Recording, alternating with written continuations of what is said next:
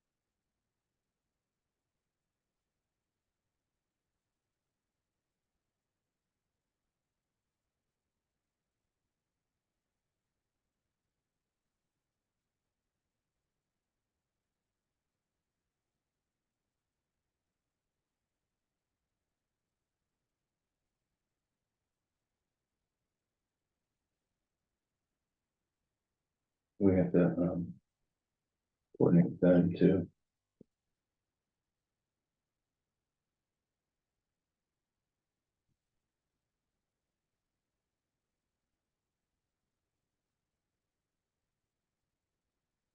Okay. Shall we get it started? Good afternoon, everyone. My name is David Reed. This is Will Halnon, and we're with the Chesapeake Legal Alliance. We're presenting today on Menhaden, the most important fish in the bay. Where did the bay's Menhaden go, and why does it matter? We'll give folks another 30 seconds or so, and to remind everyone once again, this meeting is being recorded.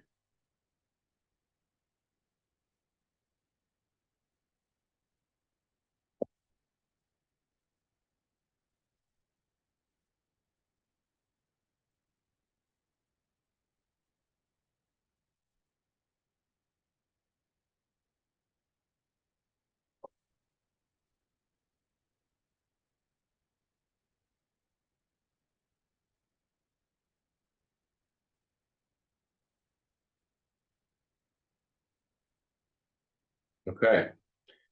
Once again, today's webinar is most important fish in the bay. Where did the bay's Menhaden go, and why does it matter? Being presented by the Chesapeake Legal Alliance. Who is Chesapeake Legal Alliance? We are a nonprofit 501c3 legal services organization. We serve the entire Bay watershed, both with direct client services as well as reliance on our broad pro bono network that spans the entire Bay watershed in the Bay states. And how do we do this? We do this through our 3 centers. Our Environmental Action Center does advocacy, policy, and litigation. We work with communities, individuals, and partnering organizations, again, throughout the Bay states to provide pro bono legal services to effectuate the needs of the watershed and environmental advocacy. And we work with those clients to understand their needs and what type of legal services they require. The Community Legal Education Center is both receptive and proactive. We provide trainings for communities throughout the watershed, as well as our pro bono network of attorneys. And of course, we receive trainings from that network to provide for community needs. The Community Outreach Center is about spanning our services across the Bay, and also to build our pro bono network of now over 300 network attorneys throughout Virginia and Pennsylvania, and of course, Maryland. So today, again, it'll be myself, David Reed, and Will Halnon presenting. And we'll be talking about, I'll hand it over to Will, we'll be talking about, why are Menhadens such an important fish? Why are they a keystone species within the Chesapeake Bay ecosystem? We'll talk about local depletion and how they are being depleted and what that means for the Bay. And then where are they going? Why are there so few Menhaden? And what are we doing about it? then we'll follow that up with some Q&A. All right, thanks, Dave. So Atlantic menhaden, also known locally as bunker or pogies, are a small, oily, nutrient-packed fish. They're commonly found in the estuaries and along the waters of the Atlantic coast. They're known as the most important fish in the bay and sea because they're a vital source of omega-3 fatty acids, as well as other nutrients that are important for regular body functioning and growth in animals. They are not only a key source of protein and these nutrients, but they're also so important because they're one of the most efficient filter feeders in the sea. They feed on zooplankton and algae, so they're able to filter out enormous amounts of algae and nitrogen from our estuaries, filtering up to 6 or 7 gallons of water every minute. There's plenty of evidence that when menhaden populations are abundant, when they're healthy, so are the populations of the animals that rely on them as a key source of protein. So, for example, when menhaden populations are stable or doing well, there's evidence that predatory birds like osprey or eagles have higher fertility rates. When populations of menhaden rebound, so do the sport fish that feed on them, like striped bass or bluefish or weakfish. So we've talked a little bit about menhaden. When a population of a species is in decline in a particular geographic area, that's what we call localized depletion. And there are several indicators of localized depletion that suggest menhaden are facing localized depletion in the Chesapeake Bay, and we will get to that later. But for now, we're going to talk about the 2 main menhaden fisheries in the bay. The first is the bait fishery. So the bait fishery catch menhaden and use that to commercially catch crab and lobster. Also, recreational anglers use menhaden as bait to catch various sport fish. The other fishery is the reduction fishery, also called industrial harvesters. And that fishery uses spotter planes to locate large schools of menhaden and then deploy purse seine nets through their fleet of ships to haul in those schools of menhaden. And when they catch the menhaden, they process them by grinding them down into fish meal, into animal feed, pet food, various oils and diet supplements. And to give you an idea of the scale of what the reduction fishery, the industrial menhaden harvest looks like, these purse seine nets can span, football fields size netting, and it's hundreds of landings in a season.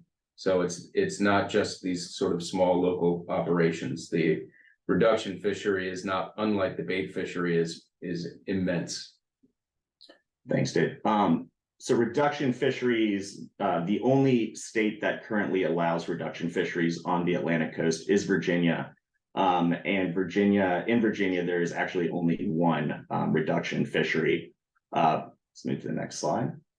Virginia, out of the total amount of menhaden that are allowed to be harvested on the Atlantic coast, Virginia is allotted 75% of that total catch. And within that 75%, they then allow the industrial harvester to harvest 90% of that catch. So one single reduction fishery on the entire Atlantic coast basically is able to harvest about 68% of the total allowable menhaden catch. Unfortunately, as you see in this picture, fish spills are not an uncommon occurrence when using purse seine nets. Especially using purse seine nets in the bay in shallower waters, the nets will often drag and catch or malfunction, releasing thousands and thousands of menhaden and bycatch back into the open water, which then drift to the nearest beaches. In July of 2022 alone, there were several fish spill incidents, which led to the closing of local beaches for recreational purposes, during the height of summer. And I'd mentioned bycatch during one of those fish spills, also about 12,000 pounds of red drum washed ashore as well. So this slide, the dots on this slide are the spots where the industrial harvesters deploy the purse seine nets. As you can see, a lot of the harvesting is focused at the mouth of the bay, inside of the bay, and then just directly outside. The map to your left is from 2013, and the map to your right is from 2022. So you can notice there's not a whole lot of change there. And one thing you'll notice from the last slide, you saw that there's a little over 100 million pounds, I think it's 112 million, that are allowed within the bay itself, up to the bridge. And then the other 2/3, so you have 112 million allowed within the bay, and then well over 200 million, I think another 275 million pounds. So for perspective, of Menhaden, especially in and around the bay, and Will's probably going to talk about this, but it's a hatchery, it's an estuary, so they're usually smaller. So you're talking about something like 750 million fish are being taken in. A third of that's in the bay, and the rest is at the mouth of the bay and just outside. Just for some scale, that's what all those dots really represent. And then actually this is a very interesting map, because as Will was talking about reliant species, and Menhaden being a keystone species for the bay ecosystem and all the reliance of predatory birds, sport fish, marine mammals. This is a map of a humpback whale tagging and modeling research paper. And it shows you where the humpback whales are traveling. And the black lines on that map are shipping channels, I believe. And you can see the humpback whales braving the shipping channels and coming into the mouth of the bay, because they're looking for the same thing the reduction fishery is. They're following the Menhaden schools. So it's pretty clear the importance of this species to not just sport fish and not just predatory birds, but also marine mammals. So as I'd mentioned earlier, there are several indicators of localized depletion of Menhaden in the Chesapeake Bay, and those indicators are the animals that rely on Menhaden as a key source of protein in their diet. One example are the decline of striped bass in the bay. The Theodore Roosevelt Conservation Partnership estimates that because of reduction fishing, there has been a 30% decline in the striped bass population coastwide. So that is not only a staggering number for ecological reasons, but also economically. Sport fishing in the Chesapeake Bay is an enormous industry.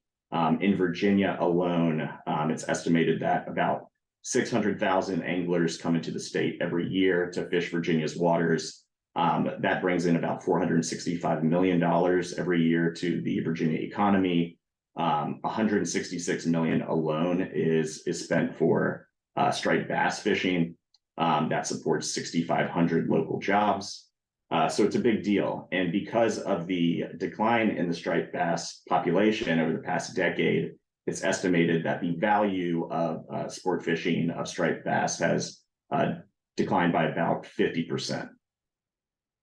And one note, we can go on, but one note that's important is, Menhaden schools and ecosystems don't respect arbitrary state boundaries, particularly within a water body like the Chesapeake Bay.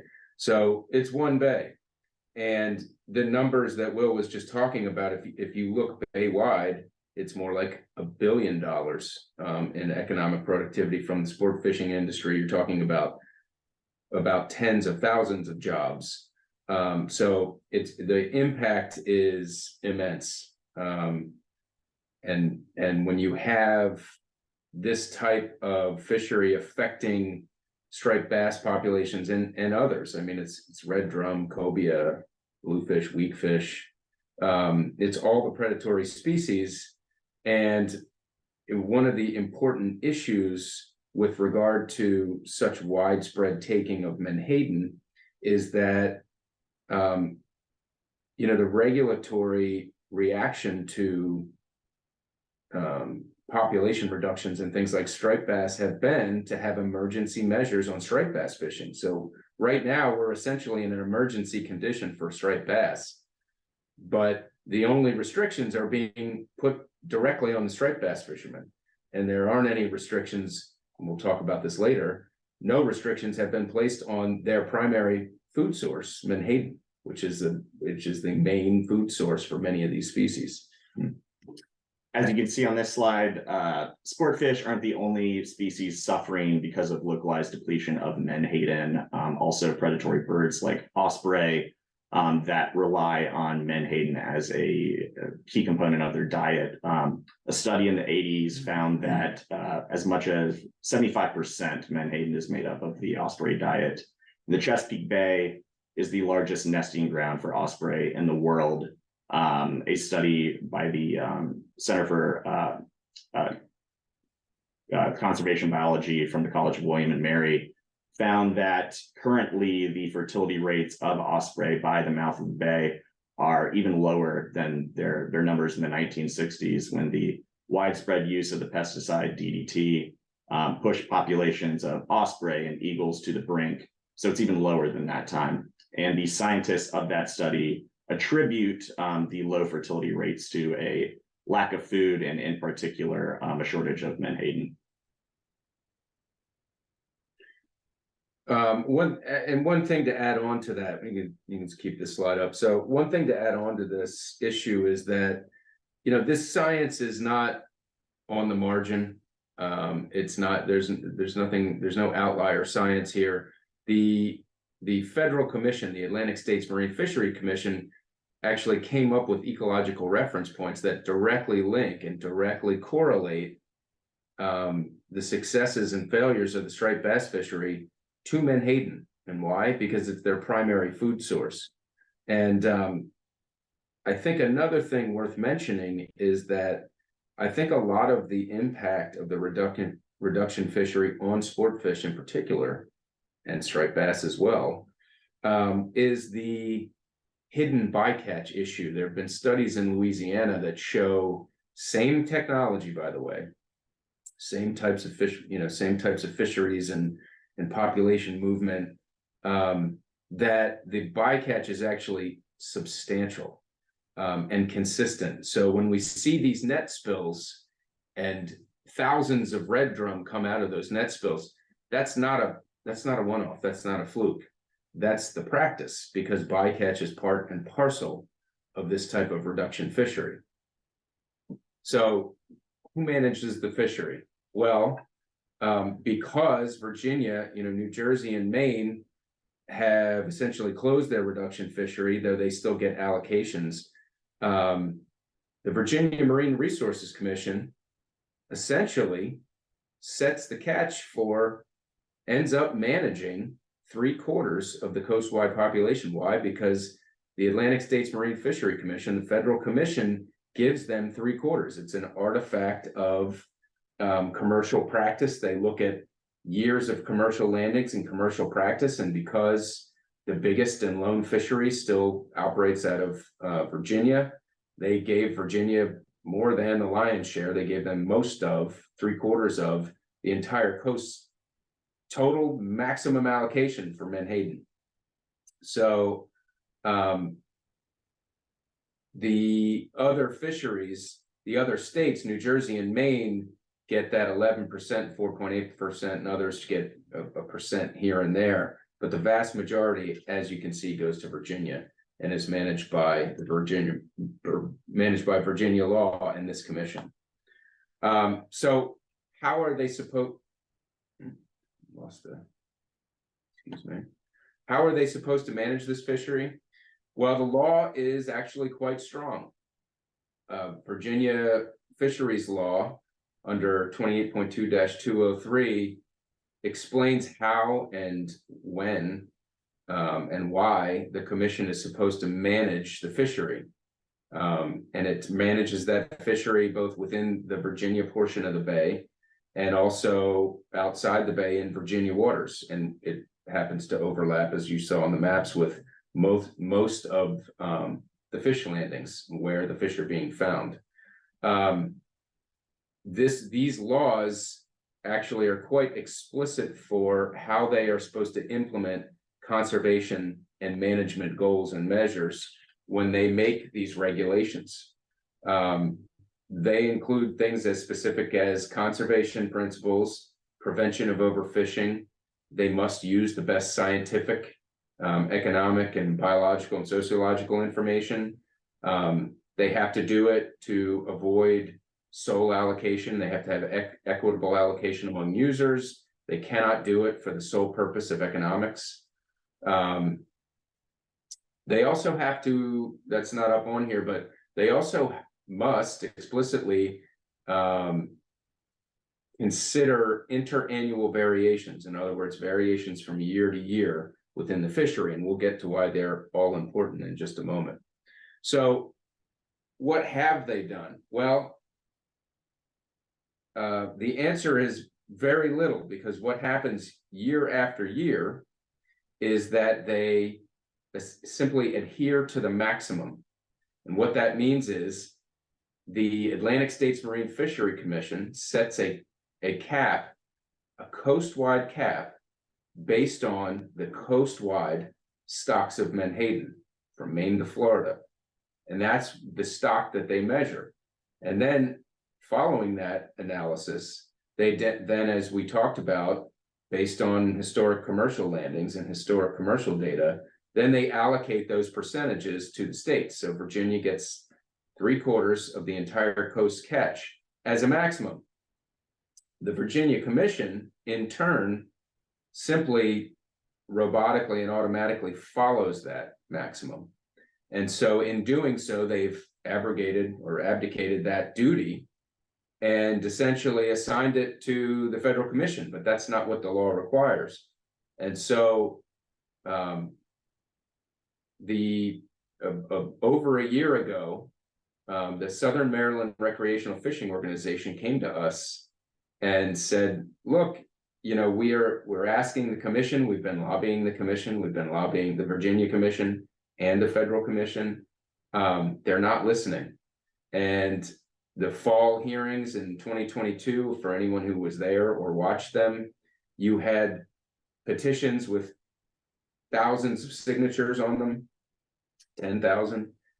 You had over 20 groups, fishing groups. You had people from sort of all walks of the bay. You had charter boat captains, business owners, fishermen and women pleading with this commission, and it fell on silent ears. They've year after year, they do the same thing, which is one thing. They adhere to the very maximum that they are allowed to under the federal regulation. And so we decided to challenge them, you know, based on that law in their state. And so on May 10th, we filed a petition in Richmond City Circuit Court to challenge that rulemaking, to say, you know, you in the springtime, when nobody was looking, by the way, you passed this regulation outside of the fall rulemaking period. And when you did it, you explicitly said, we're not going to do anything except just match the maximum. And then not only are we going to match the maximum, but indefinitely, year after year, we're just going to match whatever the maximum is. So whatever they get, whatever the federal commission allows us up to the cap, we're going to do that. We filed that petition over the summer. The VMRC moved to dismiss the case. There was a briefing over the summer. We had a hearing on September 7th. On October 6th, the judge denied their motion, so that there was a partial grant, partial denial, but the crux of the case, the judge found merit in that claim. And so that litigation continues, but we know that the judge found merit to the claim that the agency failed to follow Virginia law. So what's next? We can talk a little bit about this, but I think, you know, for the folks out there, and we've gotten some questions that reflect this, what's next? What do we do? I think the best thing we can do is try our best to speak with one voice. I would say, you know, to those out there interested in joining this and helping, keep your eyes open, keep your ear to the ground for comments. try to organize everybody's comments and everybody's requests for the commission to follow the law and to provide some sort of relief to be more protective for the fishery.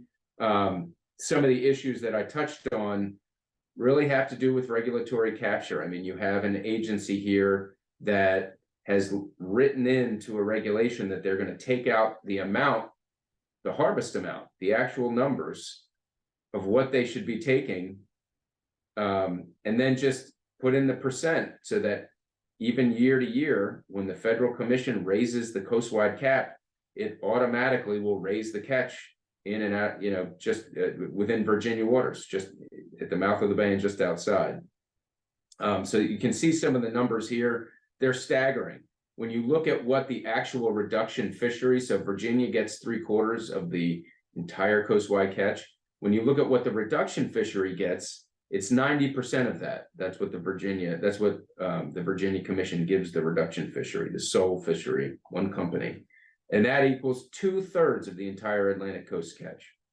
And that's all taken out of the bay and the mouth of the bay and Virginia's coast. So the numbers are immense and pretty staggering. And we feel like that the judge heard that, and that we're feeling confident about the direction the case is going in. And it's optimistic. There's still time to reverse the damage. One specific example that I had referenced earlier in the presentation is outside of Long Island coast. About 10 years ago, humpback whale sightings were rare, but when they started to smartly, properly manage the Menhaden harvesting in that area, 10 years later, you've seen a surge of sea life return to the coast. Humpback whales, there's a picture of school of bluefish there, a variety of sharks have returned, and it's a similar story of recovery in New Jersey and Maine following their closures of the reduction fisheries in those states.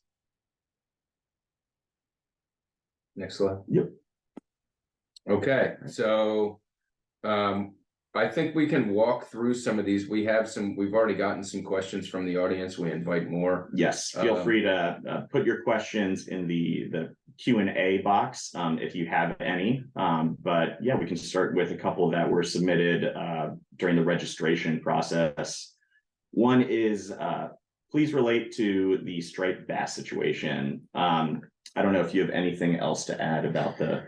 Yeah, so striped bass is interesting because it's one of the predatory fish, but the other populations, the stress on the other populations would be reflected through striped bass because that's such a popular sport fish. So there's very good data and a lot of attention is paid to striped bass. And as I mentioned before, we've had stressed population, the stocks have been stressed. And as a result, the fishery is really in an emergency condition.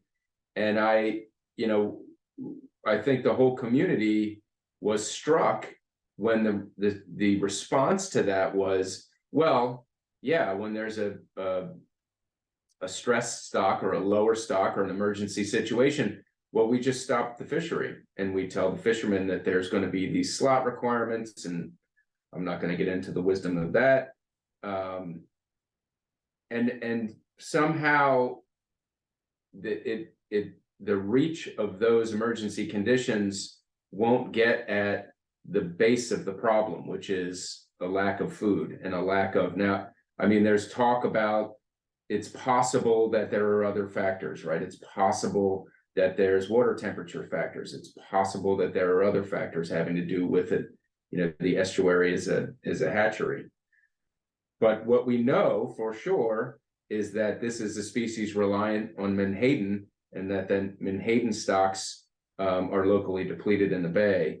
And so, you know, we think that you don't necessarily need to follow the precautionary principle to co-manage fisheries, which is part of the goal of both the federal commission, the Atlantic States Marine Fishery Commission, and is explicitly the goal of the VMRC. So we hope that that could and will be considered in this next year's rulemaking. The next one is this just a Virginia problem?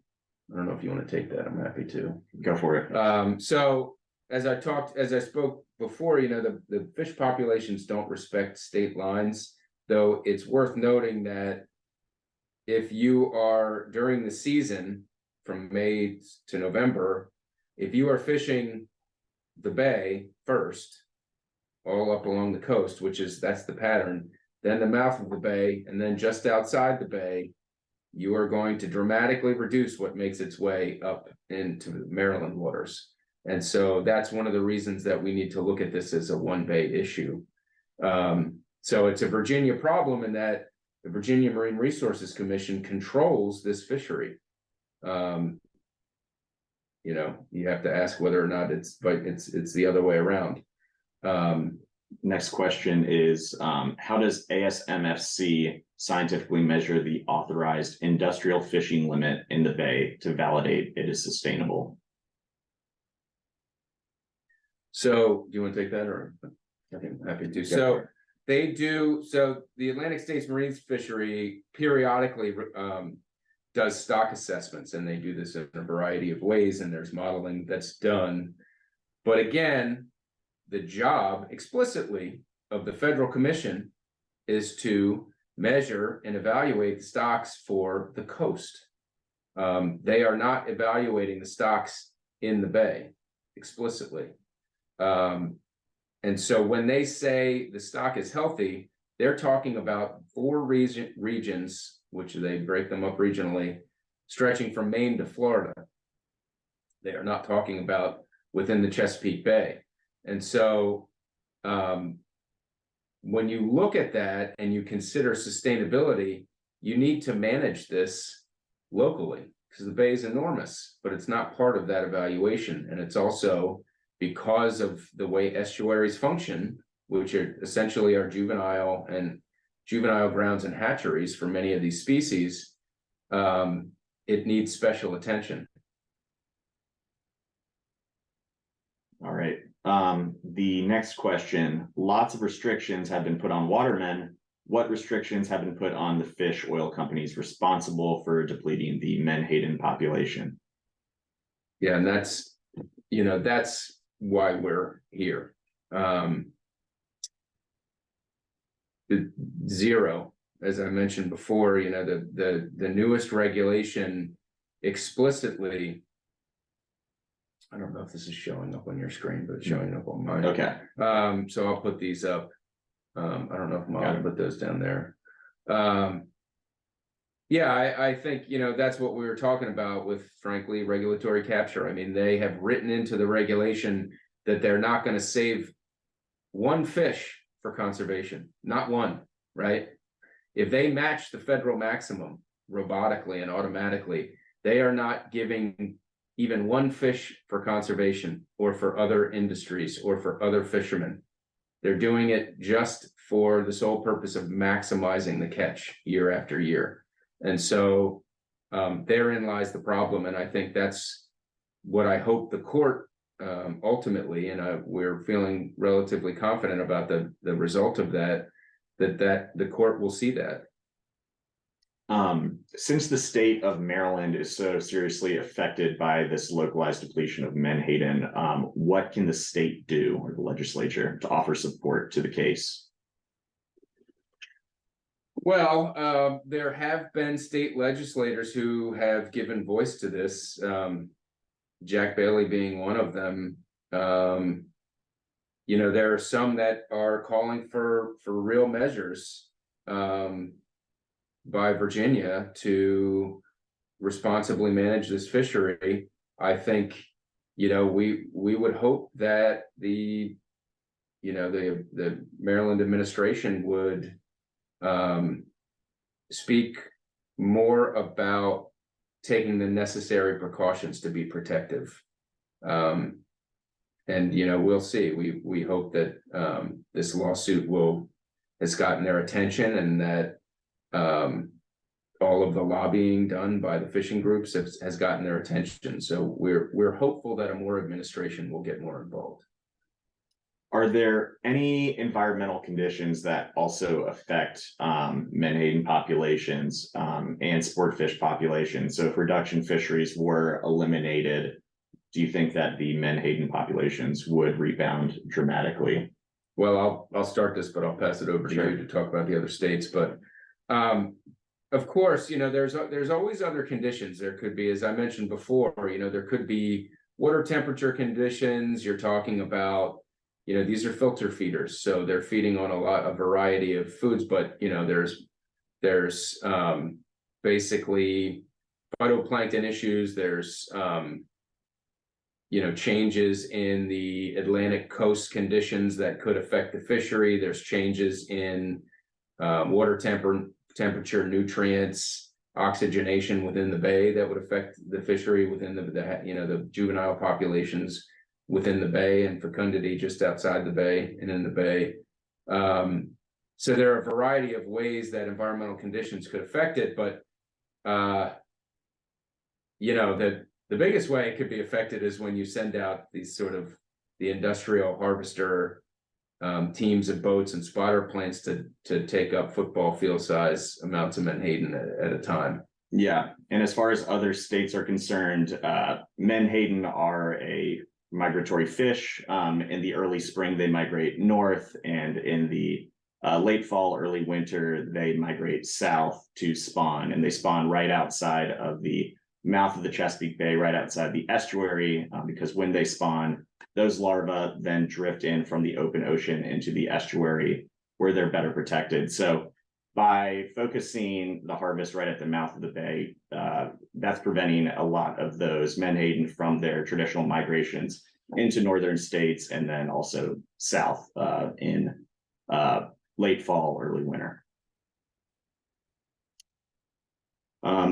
This is a question about requirements by ASNFC or BMRC. Is it true that as long as they don't exceed their catch quota, there is nothing in the law that stops industrial fishing or industrial harvesters from harvesting every school if they could?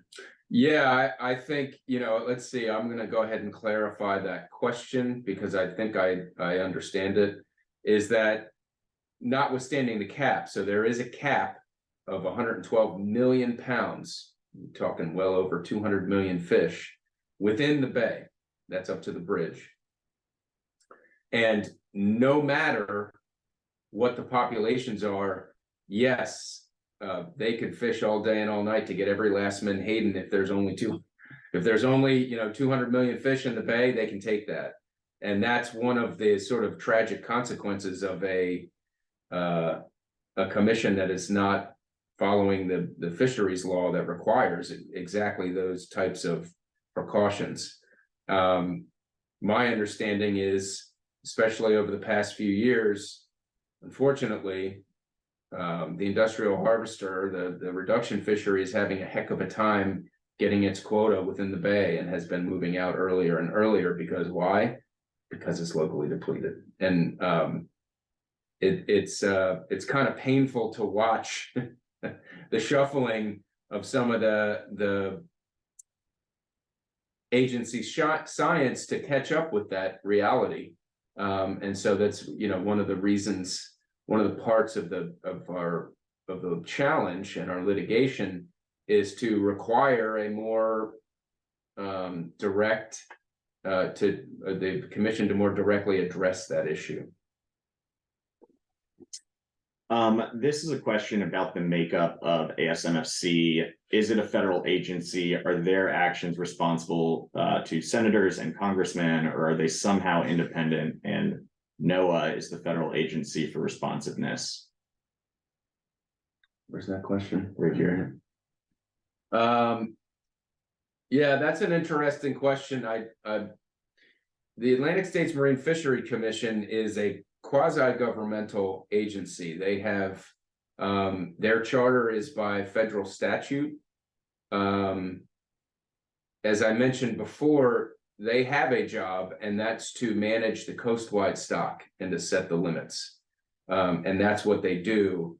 And that's one of the reasons we are in Virginia court trying to enforce Virginia law, because it is not the job of the ASMFC to regulate locally. Though, if you're looking to lobby senators and congressmen to lean on the Atlantic States Marine Fishery Commission, I would encourage you to, because they do a lot of the science that it seems to me purports to say that they manage locally in local estuaries, but it's not effectuated. So I think should either publicly say that, you know, that falls on the locales, or we're going to actually do it. We've received a lot of questions about what can we as recreational fishermen do to support the case? What can we as concerned citizens do to support the legal case? Well, you know, first I'll say, as I mentioned before, you know, what's next? Keep your eyes open and your ears to the ground. You know, we're working with several groups, and I will only name our client because this is about litigation and not all groups want to be named. But, you know, a lot of the big fishing groups, I will say, and I won't relate them necessarily to the litigation, but, you know, some of the other fishing groups, our client is the Southern Maryland Recreational Fishing Organization. They signed the papers, they're on the suit. I can name other organizations that are doing great work, policy and otherwise, including the Theodore Roosevelt Conservation Partnership,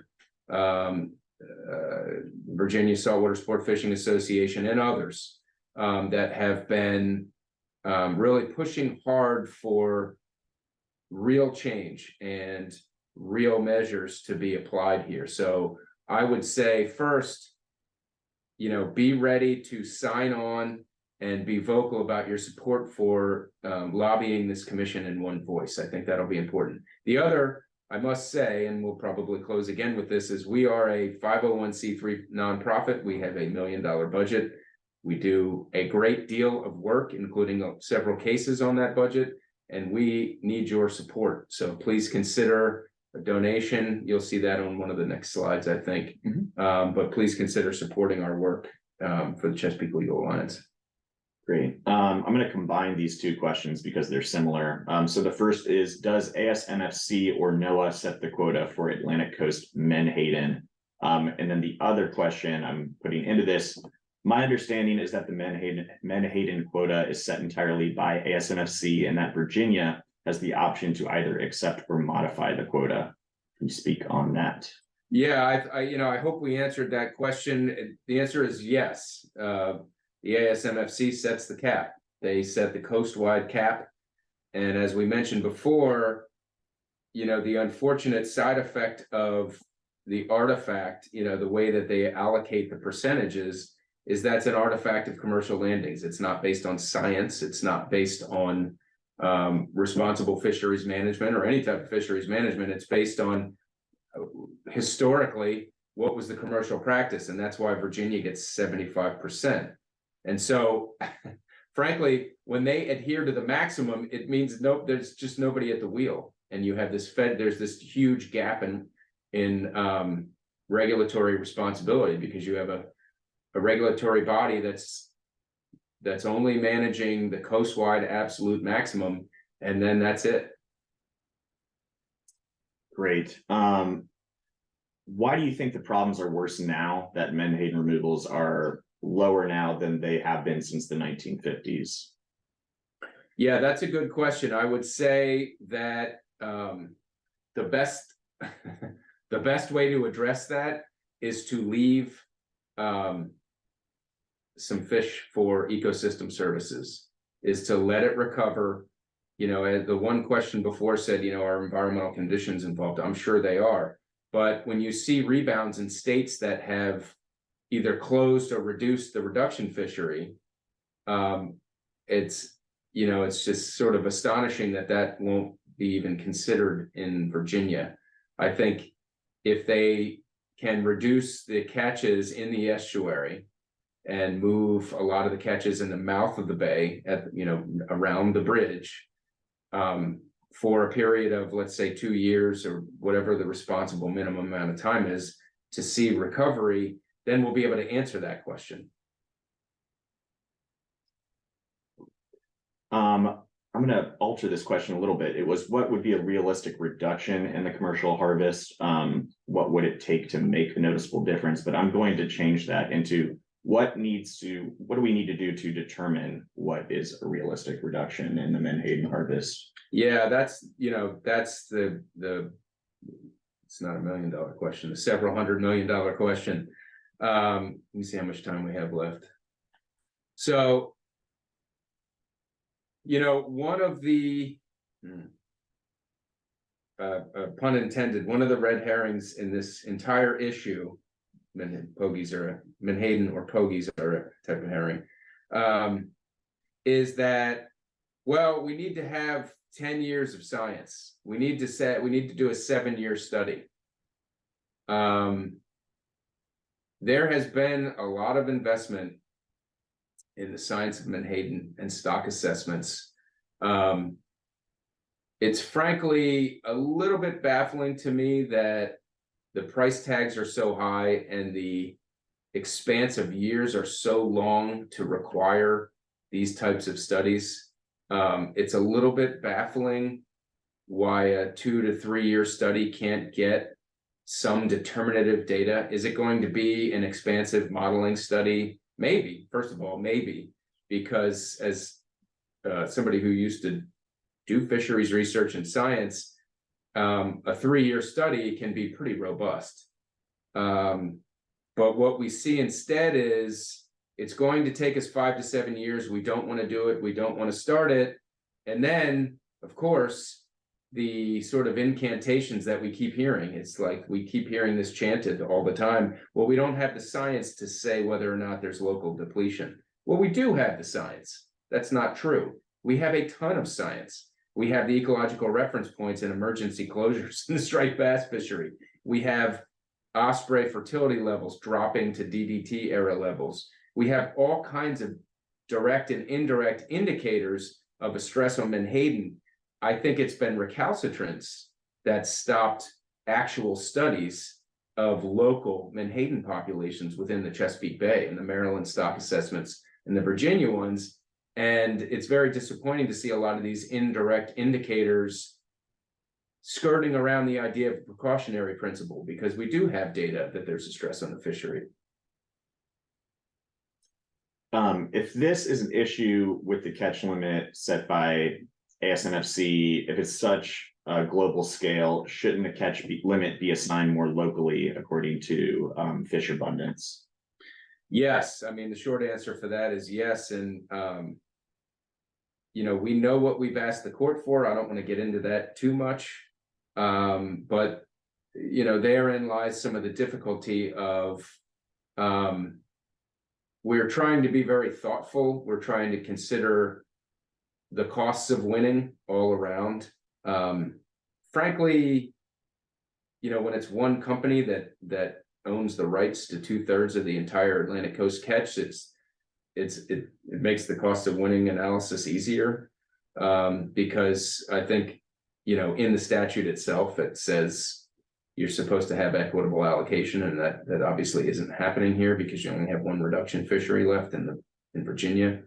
But that's a hard one, because we have to potentially identify a number, or you have to start to say, well, for applying all the fisheries law, which haven't been applied, how do we do that to preserve ecosystem services? And so, I don't want to offer up during this webinar a number. Certainly we have some in our head. And many, there are many well-versed, thoughtful organizations and individuals who do know the science and do understand the policy that are calling for a moratorium within the Bay, unless and until the VMRC or any other institution, the ASMFC, can demonstrate that localized depletion isn't happening and can demonstrate that Menhaden populations, seasonally are healthy within the Bay. That hasn't happened. So I think there are camps that say a moratorium is sort of a zealous response, but I don't know if it is, because if you ask for a moratorium that lasts unless and until the Menhaden stocks can be shown, demonstrated to be healthy, I don't see why that is an unreasonable response. Two questions here I'm combining. Are you familiar with the aerial Menhaden survey process in Rhode Island at Narragansett Bay? Why can't we do that now in the Chesapeake? And similarly, what do you think about getting proof that there are no schools entering the bay by flying over the bay and measuring it to stop the debate? I mean, that's a good question. I wonder if I know who asked that question, but I think I know that. I think that's a good question. I think I can speak to that somewhat intelligently. You know, the industry itself uses spotter planes, and you know, the extent of the school, of course, you can try to estimate it by expanse. You can try to estimate it spatially. You don't know the depth and the volume and the numbers.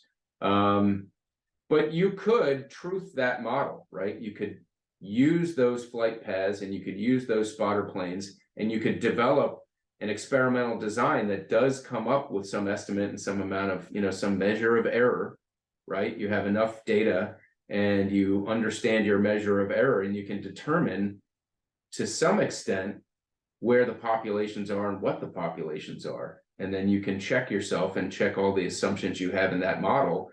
I don't see why it's not done. It's kind of, it's baffling to me how that hasn't been seriously considered by the major, by the agencies. Why won't the ASMFC treat the Chesapeake Bay as a separate ecosystem, separate from the Atlantic ecosystem? Yeah, we talked about that. I mean, that has to do with what they're charged with doing. Technically, I think as an artifact of the way the law was written, their statute that they have to follow, Coastal Management Act, that's paraphrasing. You know, they have jurisdiction because they get to mete out the allocation to the states, and so they have to have jurisdiction, but they are not in the business of looking at local populations and localized depletion. They look at regions out in the Atlantic to determine the coastwide stock and the coastwide stock assessment. You'd have to change the law, or you'd have to change their charter. Would you set up a CLA donation fund specific to this issue so we can promote this cause more effectively? That's a great question. If you donate, which I encourage everyone to do who's interested in the progress we've made, you can just say what it's for. You can just put a note in your donation what it's for. We already do that depending on how the donations are made. Why not just limit reduction fishing to federal waters? Good question. I mean, I think, again, you know, it's easy to dismiss that as overzealous. I don't think it is. I think it's particularly if you did it conditionally. If you said, look, they have to go out there anyway. They go out there anyway. One of the interesting things I see is there's a lot of straw man discussion on the other side of this issue to say that that's zealous and thoughtless. And I don't agree, because if you use the precautionary principle and you say, unless and until you can demonstrate the fishery is healthy in the bay, which again, we have plenty of data and plenty of science that it is not. There already is fishing out in federal waters and well off the Virginia coast. That's where probably a third of the catch is taken. So what I haven't seen is what's the cost? What's the, you know, fuel cost? What's the overtime cost? Is there? We don't know.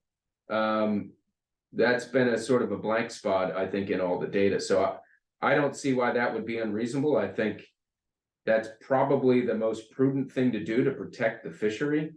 But, you know, we'll see. We'll see what the courts say and what legislators say, because we know what the commission says, which is nothing. They just aren't managing it. And this relates back to talking about why won't the ASMFC treat the Chesapeake Bay as a separate ecosystem? They do set a bay cap. So can you clarify a little bit about that? Right, so the bay cap was something that occurred over, first of all, it's old, but it's also occurred over a long time, and it was, it's not something that's addressed. One of the reasons we brought this in Virginia court is because you have to examine the fishery, and that bay cap is sort of an artifact. Again, it's an artifact of an old measure that was a responsive measure, but now it is sort of sit fallow and needs to be readdressed, because again, that cap is over 100, it's about 112 million pounds of menhaden. And as the other question indicated, what stops any fishery from, well, anyone with a license, and it happens to be the sole reduction fishery, from just sitting in the bay and taking every last menhaden, so long as it's under that cap. So I think there would have to be something in the charter, or something with explicit guidelines about how the federal commission would go about the business of setting a cap, and why, and what their approach is, and not just say we're going to have this maximum out there. All right, I think we might have time for one or two more questions. Previously, we had received a question: what can the Maryland legislature do to offer to support the case? But what legal rights does Maryland have to address Virginia cutting off their migration? So that's I'm going to address, somebody asked about the ASMFC, and I didn't want to skip over that, because I think we've covered it. Again, the question gets to, how can we say they can't manage locally?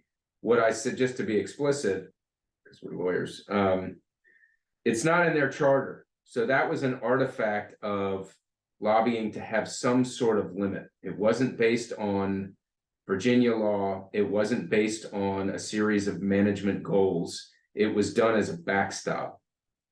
But it is true that the charter for the ASMFC, they do not do the science required to evaluate localized depletion in the bay.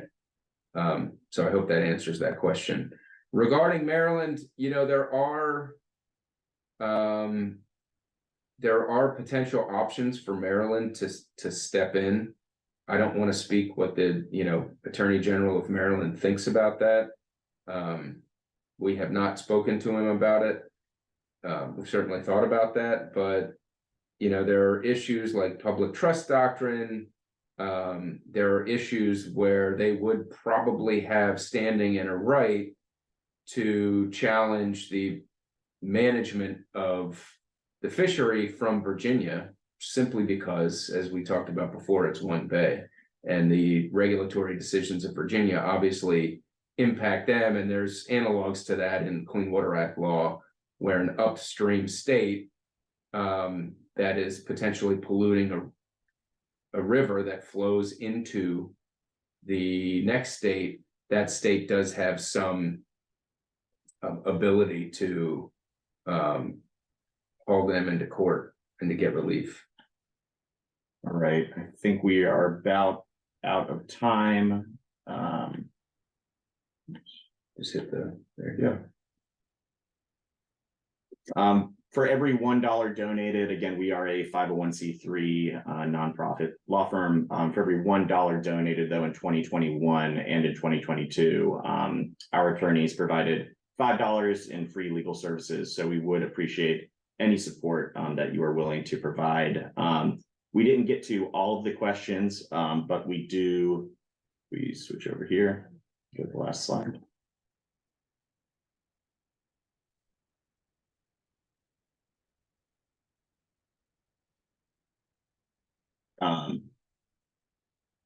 We do have our contact information here. So if we we will be emailing folks to try to answer any questions that we were not able to answer during the webinar. Also, feel free to contact either myself or Dave if you have any questions, you think of any questions after the webinar, and we will do our best to answer them to the best of our ability. Yeah, and thanks once again for everybody's interest and for everybody getting involved, tuning in. Thank you for your questions. There were excellent questions in here. Real challenge to answer some of them. Please do remember that supporting this really is supporting the cause. We're trying to our best, and we have a lot of willingness from our partners to work with all of the fishermen in the bay and all of the interested the public that are involved and the organizations involved. So we are doing our best to make sure that our strategy is very inclusive and considers all those issues. And we, as Will said, we invite your input. All right. And with that, thank you so much, everybody, for attending. And we appreciate your input.